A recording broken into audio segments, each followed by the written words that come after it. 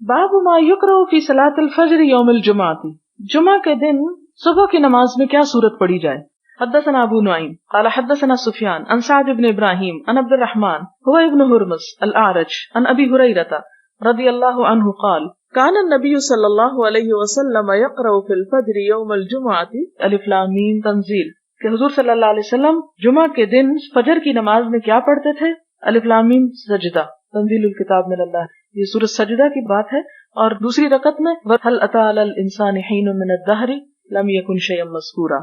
آپ دیکھیں کہ ان صورتوں میں زمین کی تخلیق، انسان کی تخلیق اور قیامت وغیرہ کا ذکر ہے، اور ایک اور حدیث میں آتا ہے کہ یہ سب کچھ جمعہ کے دن ہوا، تو اس مناسبت سے شاید آپ ان صورتوں کا انتخاب کرتے تھے کہ انسان ان دنوں میں اس چیز کو دہرا لے، یاد کر لے۔